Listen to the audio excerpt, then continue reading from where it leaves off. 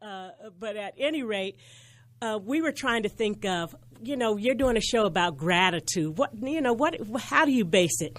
So what we decided, for those of you who are just tuning in, again, this is Making a Way with Bargain Queen Sheryl Renee. And the name Making a Way comes from the Christian saying, God will make a way out of no way. And I believe that with my whole heart and soul. And on the phone is my best friend of 40 years, Lisa McGrew.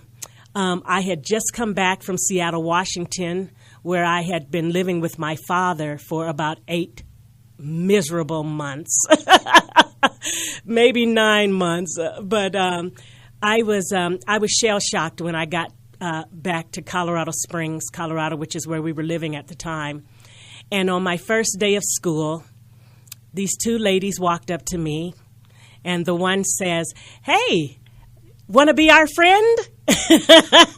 And those ladies were Cindy Haynes, who now Cindy Pace, a wonderful person, a renowned disc jockey who was on the air in San Diego area for many, many years, and my friend Lisa McGrew. And we just became inseparable. Those girls saved my life, and I was so grateful.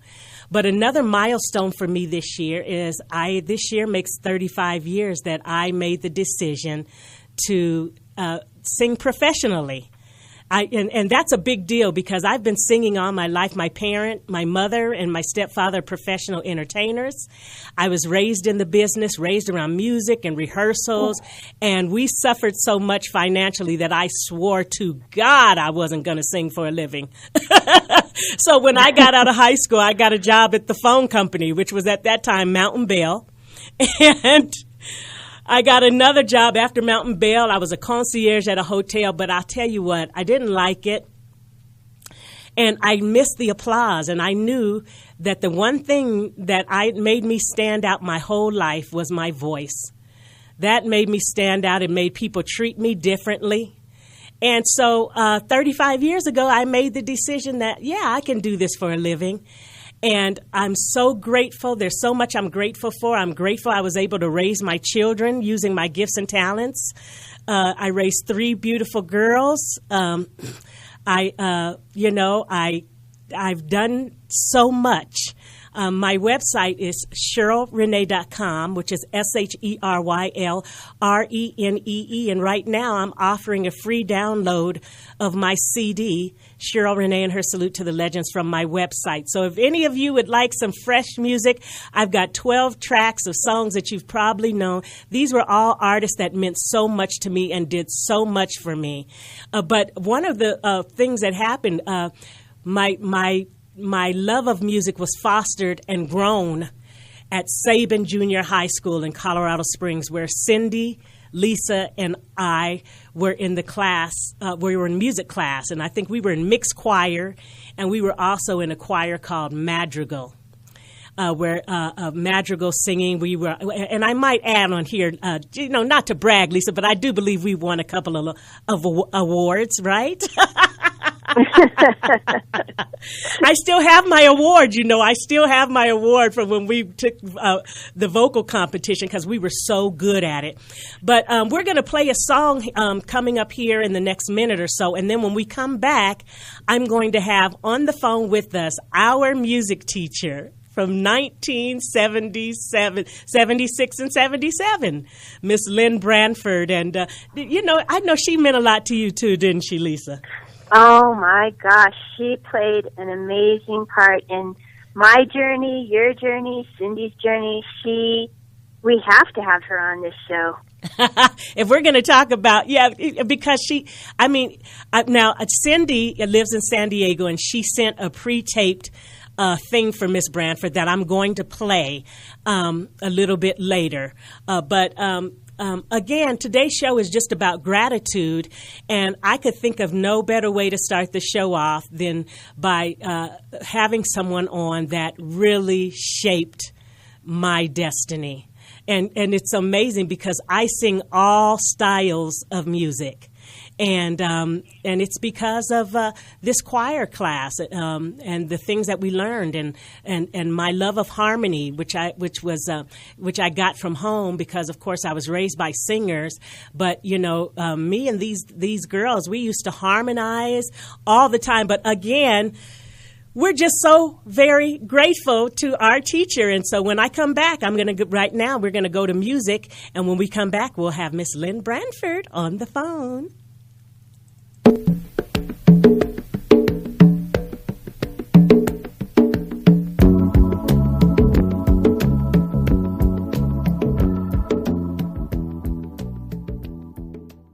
All righty then. Woo, I tell you what, life can be kind sometimes, and right now it's being very kind to me, because I have on the phone someone who means so much to me and so much to my dear friend Lisa McGrew on here. On the phone is our 8th and 9th grade choir teacher, Miss Lynn Branford. Hello? No. Oh, I pushed mute. Okay, there it is. Can you ladies hear me? Yes, indeed. All right, Miss Branford, how are you doing? I am fine. Thank you so much. Thanks for calling. Oh, man, this means so much. Okay, Lisa, go ahead and just start it off. Well, Miss Lynn Branford, we wanted to have you on Cheryl's show, Making Away with Bargain Queen Sheryl Renee, because we want to thank you for your part in our journey.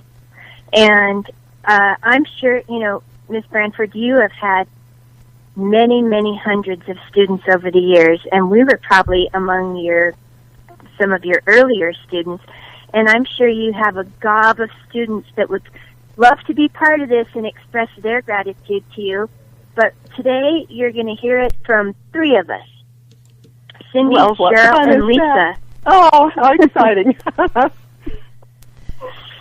So one question is, Lisa said hundreds of students, but it's probably more like in the thousands, wouldn't you say? It is, for sure, in the thousands, yes, because I've taught for 37 years. 37. So did you start the year, because we were trying to figure out, did you just start teaching when we were in your class, or how long have you been a teacher? I started teaching in 1970, and I taught for 6 years in Greeley. And I actually started the year before I graduated because I intern taught, so I kind of count that as a year of teaching. Uh-huh. And I taught junior high students up there. And then when I got married, I moved to Colorado Springs, and my first teaching job in Colorado Springs was in District 11 at Sabin, which had just opened at that time. So that would have been in 1975 that I started there. Wow. So it was pretty close to the time when you guys were just getting started. I don't know when you guys exactly were there. We started the year that Sabin opened. Well, 76, so right. 75, 76 was the first year. Yep, and so you guys did start. You were my very first children in Colorado Springs. I love that. Well, my memories... my memories of choir was it just being a sanctuary where we could get away, and you were such a great teacher. And I reminded Lisa of this. I don't know if she remembered, but you took our whole class to see Star Wars. Yeah, I do remember. Yes, and we were an award-winning madrigal group. Yeah, that's very true. And I guess because I always had this wonderful energy that I got from you students, that you were energetic, you were enthusiastic, and I thought, boy, it kept me young because I always had to be several steps ahead of you. Mm-hmm. And so musically, that's where the challenge was for me, and I found that there was never anything that I gave you that you said, oh, we can't do that. Because I just said, well, yes, we're going to do that. Mm-hmm. And then you did. And it was amazing, really amazing. Oh, my God. I remember our dresses that were made of kind of like a burlap Muslim dress, and we each had I remember. I have one of those still. You still have one? Yes, I do. Oh, my gosh. We each had our own different color ribbons. You know? Mm-hmm. And the boys' shirt colors match the colors of your ribbons, yes. whatever those were. That's right. Yes. That's right. Well, I'm wondering, of course, because you know that I ended up going into the profession professionally. But have you? What's the percentage of your students that actually went on? You know, it's interesting. I don't know that I don't know that I can place a percentage on it, but I do know that I hear from kids. I heard from a young man back in 2008 that was probably in about the same, vintage that you guys were, and he's out in California now. He's in his 50s now. And he has taken up, he is a real lover of jazz now, plays some jazz piano, does some of those kinds of things, and he didn't do any of those, I don't think. So I think that whether you're pursuing it as a career or just because you're passionate about it and you love it, I think there are probably a good number of people who still are involved in music in some way. Right, because, music is the universal language. And whether people, I always tell people when I'm at my concerts, whether they can hold a tune in a bucket or not, people love to sing. That's true. There's a healing part of it, and I can imagine that it's been very rewarding for you. Now, I know that you are retired, but what are you doing now? What are you, how are you keeping yourself in the music? Well, my husband laughs when people say, is she enjoying her retirement? And he says, well, she's really not retired. I retired from public school teaching in 2006, but I had this moment of anxiety, and I thought, after 37 years, what if I'm not teaching? Does that mean I'm not a person anymore? And so I had worked with the Colorado Springs Children's Chorale for 9 years before I went to teach at Doherty High School. And they needed an accompanist, and I thought, oh, good, I can go play piano for them. So that's what I've been doing for the last 10 years. I'm an accompanist for one of the groups. Oh, wonderful. I just did a concert last week with the Boulder Chorale.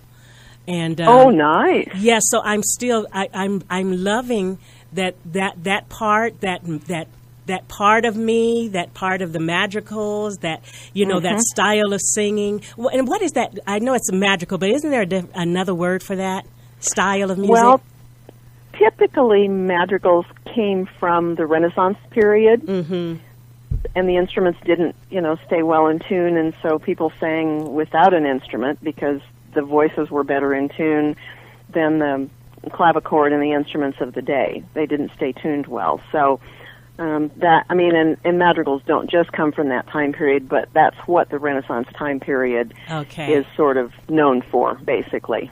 Oh, okay, great. Well, I have, I just wanted to share something. And I can't remember what year it was. It was either 2005 or 2006. I was honored to sing with the Colorado Symphony Orchestra under the great Marvin Hamlish. And so I contacted Miss Branford and invited her to come up to the concert. But I was always, Miss Branford, what I call musically lazy. Because I think because I was raised in the business and because I had such a good ear, I never learned to read. Exactly. I never learned to read. I think that's probably true more often of people even now than it used to be, because if you have a great ear, you can just pick things up typically. Right. I think you were surprised though, because when I went to go audition for the Odyssey, the Doherty Odyssey group, and I told the director I couldn't read music. I think you were surprised. I think you were surprised by that. I actually was, because I think that I just assume, because we didn't do a lot of individual singing. Right. We always sang as a group. Right. And if you were always with somebody who was a strong reader, then you could have picked up the part from them. Yes, and also once you played it on the piano, I'd have it. Exactly. But of course, we always had sheet music in our hands. Sure. We always had sheet music in our hands. So, but the thing is, it has come back to bite me a few times in my career. Even though I did go back and take theory, I think it's something like a foreign language. If you don't keep using it, you lose it. Yes.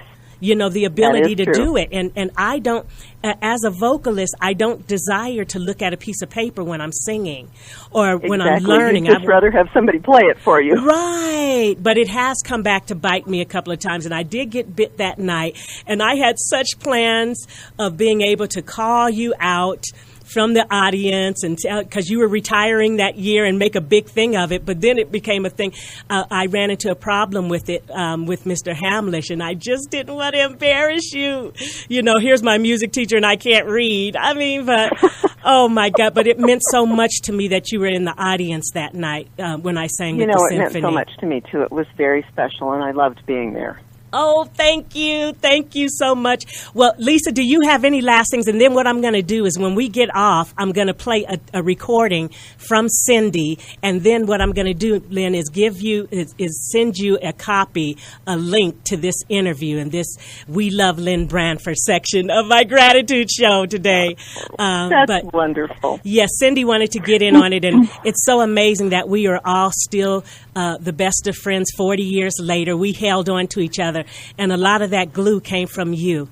It came from you and our time that we spent together in your class.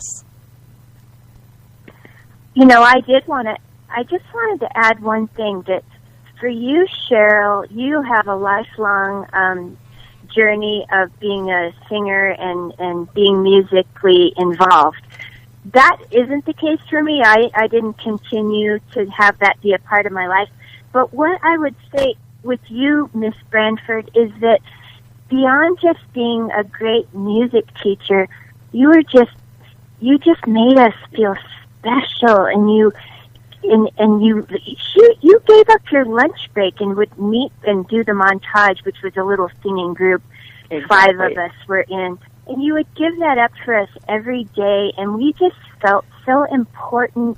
And that's, I think, the only time in my school education that I had, it's emotional, you just gave us such a feeling of value. And that's what you do beyond just teaching music and being an amazing choir director. I feel like you must have given that to thousands of students, but you just made us feel special, and it was really the best time in our education. And I know that Sheryl and I both agree on that, and those were the best 2 years, and I wish you could have followed us into Doherty, because we were a little bit disappointed. Right, we all lost our spark. There. We all lost our spark for choir when we got to high school. And the thing of it is, and thank you so much, Lisa, for saying that. It was my pleasure to do all that because I loved you guys. You were amazing, and I'm sure you still are, and we're so glad that you're still in our life.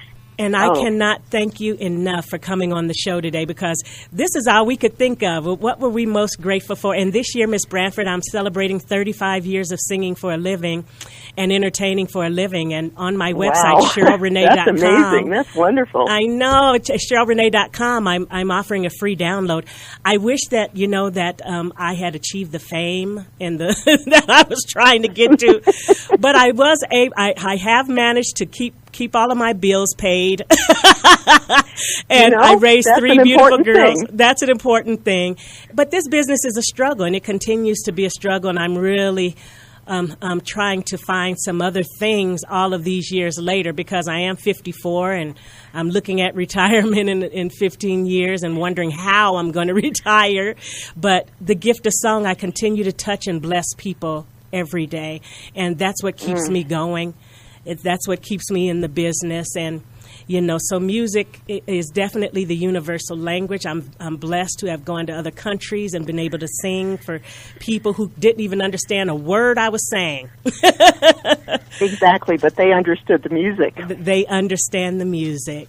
So, Miss Lynn Branford, we are grateful to you. Thank you for the wonderful seed that you planted in us and nurtured. Well, and does Lynn get to stay on and listen to Cindy's? Well, she won't be able to hear it on the phone. That's why I'm going to let you guys go, and I'm going to play Cindy's interview, and then I will send you a copy of the final show. That will be wonderful. Well, I'm so honored. Thank you guys so much. Oh, we love you. We love you. Love you. Okay. All right. All the best to you guys. All the best. Bye-bye. Okay. Bye-bye. Here's Cindy. Just be thankful for what you got. Hey, Bargain Queen, Sheryl Renee, Lisa McGrew, Siegfried. I always remember you as McGrew. My two best friends in the whole world. I tell everyone that all the time, even though it may not feel that way because I don't contact you as often as I should, but you're always in my heart and on my mind, as well as my favorite teacher who I'm so grateful for. I know today's theme is gratitude, Mrs. Lynn Branford. I always think of her as Mrs. Branford because I have so much respect for her, but I know she's probably okay with me calling her Lynn now that I'm 54. But I do have her as my password for just about every internet password as my favorite teacher because it's so true. Times were a little rough for us when we were in middle school. I know Lisa and Sheryl had their own things going on at home, me as well, and the best part of my day was going and singing and feeling that joy in my heart. And even when we misbehaved on those back risers, Miss Branford was stern but always loving and so inspirational, even had us in her home in Manitou Springs. We had so much fun. I just don't know how to express how much you've meant to me, Miss Branford. I am so grateful for you and what you do, and you've done it for not just me and Lisa and Sheryl, but for so many people and throughout your life that love you. And I know you've felt some of that love in return, and we are so grateful for you. And I still sing to this day. In fact, have been inspired to do so more in the past few years. Singing with a hospice singer when my mom got really sick, I would go there, and then I got inspired across the street at the Italian restaurant to get up with the guitar player when he heard me singing close by. And it kind of went from there. Now I find myself at blues jams and jazz jams and singing with a friend of mine at a few places every now and then. So it still means a lot to me, and I think of you often. Miss Branford, I'm so thankful for you. Love you. Now I'm getting emotional. And thank you, Sheryl, for letting me be part of this show today. I'll talk to you guys soon. I'm going to cry now. Love you.